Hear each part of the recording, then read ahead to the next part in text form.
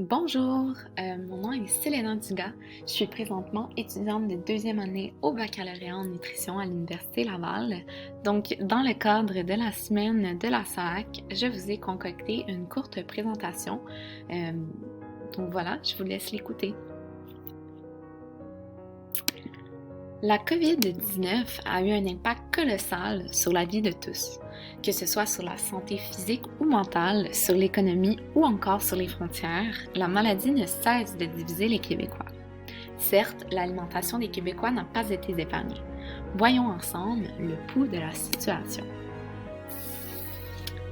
Durant toute la pandémie, il a été souvent question de sécurité alimentaire.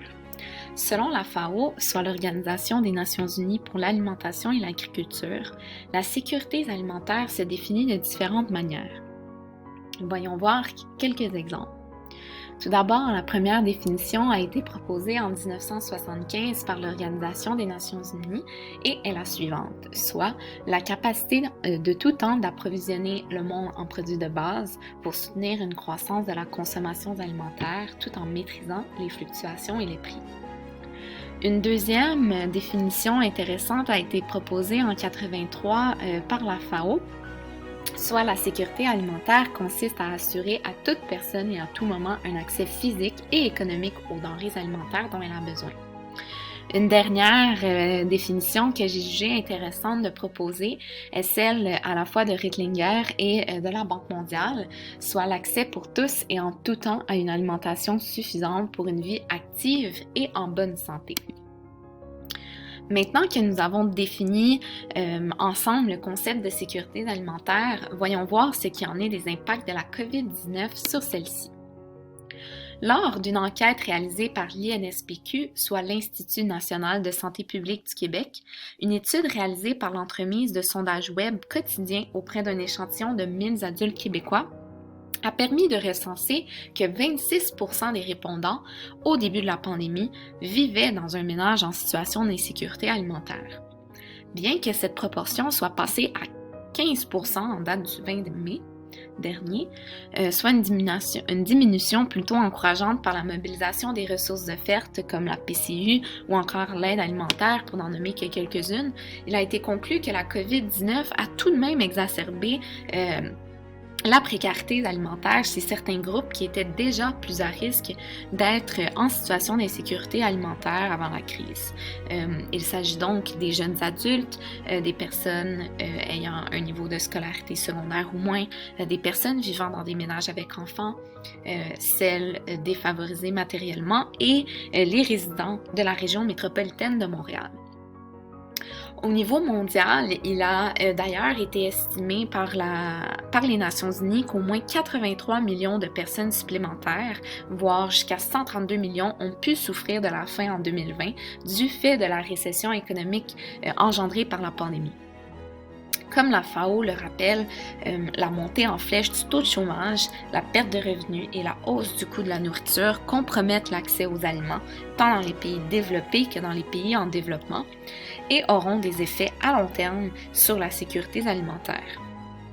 La pandémie risque également de plonger les économies nationales dans la récession.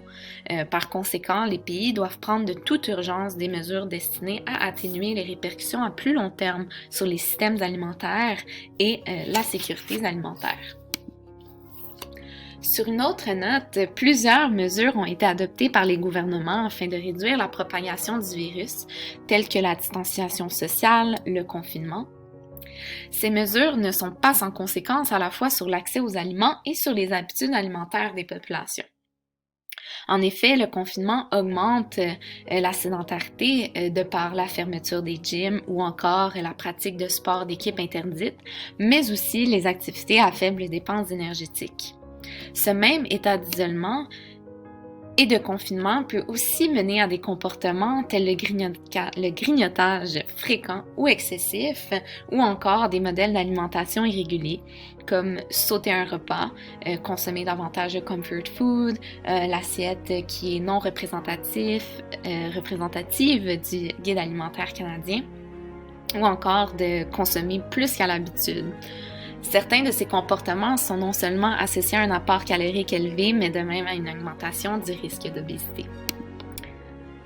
Le stress et l'anxiété causés par cet état de pandémie peuvent être également à l'origine de changements dans les comportements et les habitudes alimentaires. Il a été démontré que ces conditions de stress, de détresse et de débalancement émotionnel sont associées à des changements au niveau de l'alimentation, soit l'adoption d'habitudes alimentaires malsaines ou encore une pauvre qualité nutritionnelle de l'alimentation. D'ailleurs, la peur et la tristesse associées à cet état de crise sanitaire mondiale peut diminuer également le plaisir, la motivation ainsi que le désir de manger chez certaines personnes. Cette association entre émotion et alimentation est une réponse tout à fait naturelle au stress et à l'état émotionnel amplifié par la situation actuelle et qui résulte de mécanismes tant physiologiques que psychologiques.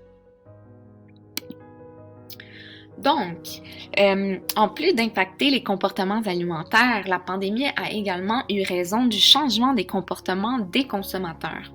En effet, l'accès aux aliments et la disponibilité de ceux-ci ont également été touchés par la pandémie.